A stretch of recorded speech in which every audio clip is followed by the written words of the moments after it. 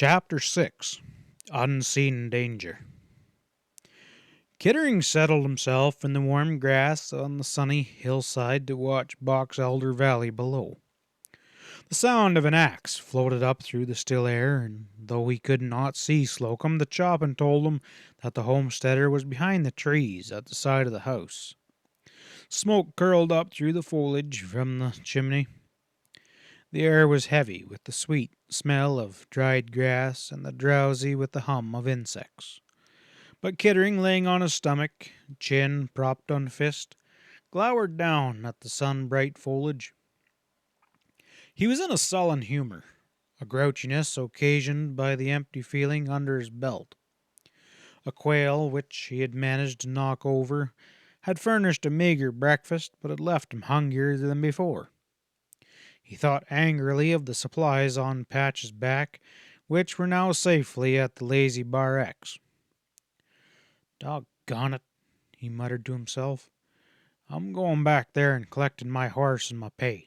Starving to death on rabbits and quail like this," he grumbled. The valley looked quiet and peaceful. His close watch had revealed no sign of trouble. He started to get to his feet and was halfway up and then stopped sharply. On the hillside to the left of the U-shaped valley, a sudden flash, as of sunlight striking bright metal, had leapt to his eyes. Kittering froze on the instant, then his head turned slowly, cautiously in the direction of the flash. Nothing was to be seen. A bird wheeled above the hill, and the green leaves shone brightly in the gentle wind ruffled them, and nothing else. From below, the ring of Slocum's axe continued, unsuspecting. Yet something was there, some hidden presence concealed in the trees almost above him, some unseen danger, crouching and hiding. Straining his eyes across the space, Kittering could see nothing. Apart from that single flash, the hillside was still again. Leaves rustled with a faint whispering noise. Carefully, the puncher came to his feet. In a half-crouch, he began to slip through the brush towards the source of the flash.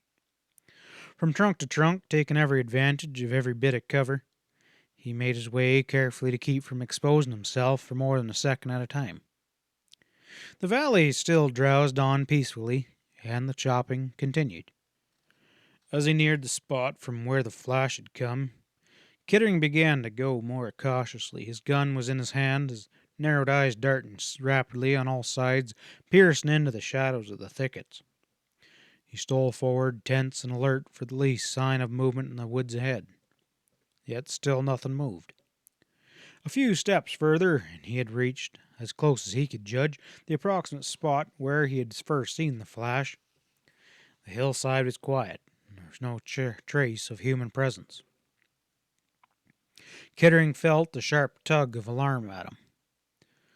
Fruit of stealthiness that was so carefully to keep out of sight meant danger, real and close. He peered anxiously down through the trees towards the barely visible roof of the cabin below. Slocum chopped steadily away, but somewhere in the trees here, lost to him now, an unknown threat moved on cat feet. Kittering checked himself. He stood quite still and tried to think. If he was the prowler and meant Slocum some mischief, what was the first thing he would do? A glance down through the trees, and he cursed himself for a fool. He couldn't see Slocum from here. The very first thing would be to get a point where the homesteader could be seen. Muttering at himself for his own denseness, Kittering revitalized instantly. Like a quick, savage cat, he dropped down the slope, swinging in a wide angle to get outside the corner of the house, and he thrust his gun back into his holster, using both hands to steady himself as he dropped from one tree trunk to another below. And below he had gone 30 yards, he heard a soft crackling ahead. He crouched again, sliding forward more slowly now, but with the quietness of a puma stalking a deer. A sharp side glance downward showed him open space, and he saw the grassy plot near the cabin, the stacked wood pile, and Slocum's massive figure swinging an axe that gleamed in the sun. The crackling ahead stopped, and was succeeded by a gentle rustling sound and a click. Kettering set each foot down as softly as a leaf falling upon the earth. His eyes bored through the leaves, and the indistinct figure of a man was there, lowering himself onto one knee. His head, dimly seen, was cocked to one side, cheek cuddling a rifle stock, and bright metal gleamed sharp through the foliage. In an instant, Kettering threw his gun. The 45 boomed, and there was a sharp crack, and the rifle spun, and the man went over on the slope in a thrashing tangle of arms and legs. Kettering had shot to kill. There was no mercy in his cold rage, but the hasty snapshot had gone high and had struck and smashed the rifle stock, and he sprang forward, raising his pistol again. The scramble on the ground resolved itself into an arm bringing up a 6-gun, and Kettering ducked wildly and slipped. A gun barked, and he heard the bullet zip through the leaves overtop. Falling, he threw 2 shots into the brush. Then, as he struck the ground, he rolled hastily behind a tree and began to draw himself together to shoot again. But from the hostile bushes came the scuffling of retreating feet. The puncher sprang up, dashed in pursuit. 2 steps and a rifle banged from below, and lead screamed past him. Like a rabbit diving into its hole, he flung himself prone again, and in the confused fury of shots he had not heard the axe strokes stop. He hadn't time to see Slocum dash for the house and return to the rifle. His first realization that a new hand was taking part was the sudden eruption in the valley below. The puncher wormed his long body into the safety of a protected tree and peered out with one eye. Slocum had taken cover behind a stump. His rifle barrel projected menacingly out, and Kettering swore in exasperation. He had no desire to be killed, much less by the man he had just saved, but he didn't dare move. The steady rifle would drop him if he showed so much as of an inch. And while he lay there helplessly, the prowler was getting away, and he swore and perspired freely. But it was the prowler who had saved him nevertheless. For in a moment they heard the rush of his horse's hoofs, and still hidden in the trees, he broke for the open range. Slocum stood up from behind a stump, holding his gun by the barrel, and he was not aware that there had been another man. He had only seen Kettering, and he thought it was Kettering that was now getting away. He hadn't correctly interpreted the flurry of shots up the hill, and now he stood with his back to the trapped puncher, following the sound of the horse and trying to catch a glimpse of the fleeing rider. Kettering seized this chance and departed. Bent low, he charged up the hillside and cut across to where he had left the horse he had borrowed from the doctor. Slocum, he knew, would not give chase. As long as he stayed out of sight and under cover of trees, he was safe from the rifle below. He flung himself into the saddle and spurred the horse across the hill in pursuit of the bushwhacker. It was important to know who he was, not only because he might come again, but because the information might be needed to clear himself in case Slocum had recognized him and blamed him for the attempted ambush. Who was the prowler? Kettering hadn't seen him clearly, but he recognized something familiar about him. He was someone he knew, that was certain, but who? The memory eluded him. He charged along as fast as Doc Martin's horse would go, bent low over the saddle horn to escape the branches, his eyes searching the ground ahead for signs of tracks. But he was forced to quarter back and forth and lost valuable time, swinging in a circle before he picked up the first traces of the horse's hooves, and then he moved on down the trail. It led straight along on the sides of the ridge, following down the valley. The horse was moving fast.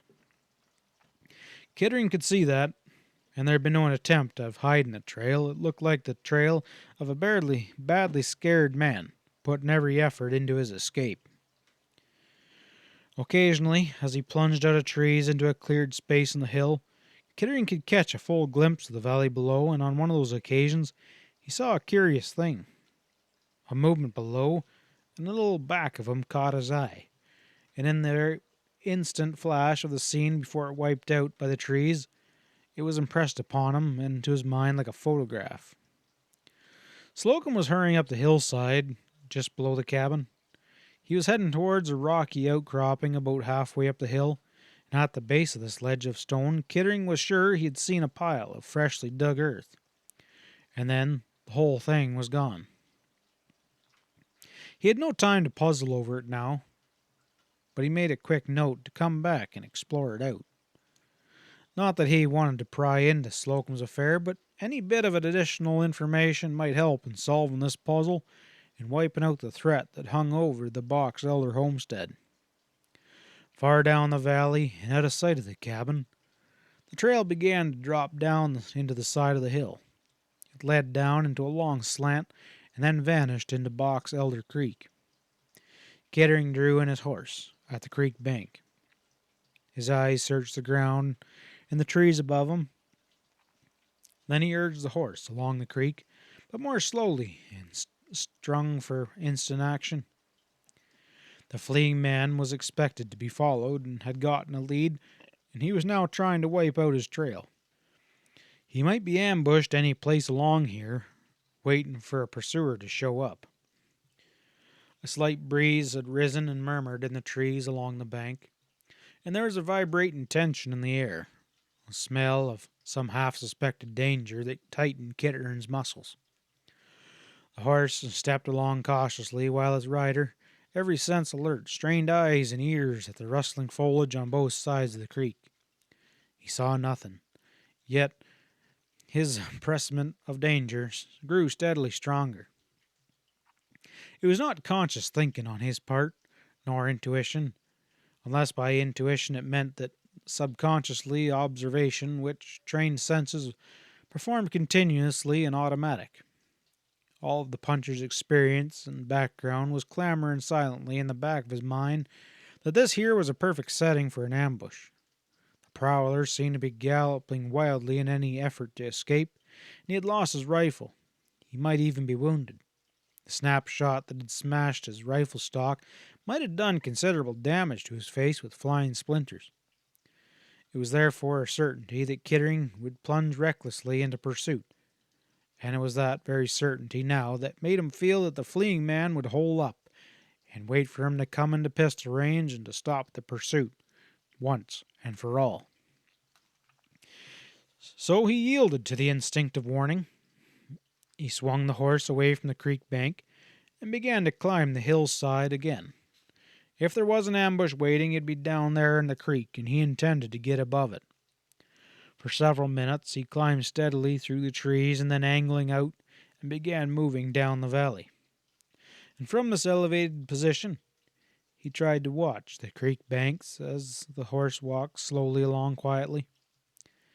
And through the leaves he could only catch occasional glimpses of the water sparkling in the sunlight below, but when he came to such an open space he would stop and examine the ground carefully as far as he could see before moving on again. But the man he chased was thinking ahead too. Kittering came to an open space and caught the last vanishing glimpse of a horse and the back of a rider disappearing through the cottonwoods on the far side of the stream. The bushwhacker had outguessed him, had broken cover, and was running for it again. Kittering charged headlong down the slope. His pony slid and scrambled over the last feet of hills and plunged into the creek. With water flying from his pounding hooves and sparkling like gems in the air, he splashed through the water and heaved himself up on the other bank. The puncher drew in, sprang to the ground, and he bent over hoof prints in the bank. The earth here was soft and damp, and there were several clearly defined tracks, and Kittering studied them intently. The right hind hoof had some distinguishing characteristic. It was worn down on the right side, and a nail was missing. Kittering memorized the impression, and when he rose from the ground, he knew he would recognize that hind shoe print when they met again.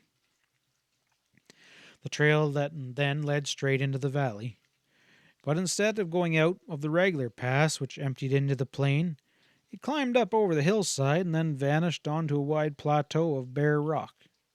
Whoever the man was, he knew the country, and that much was certain.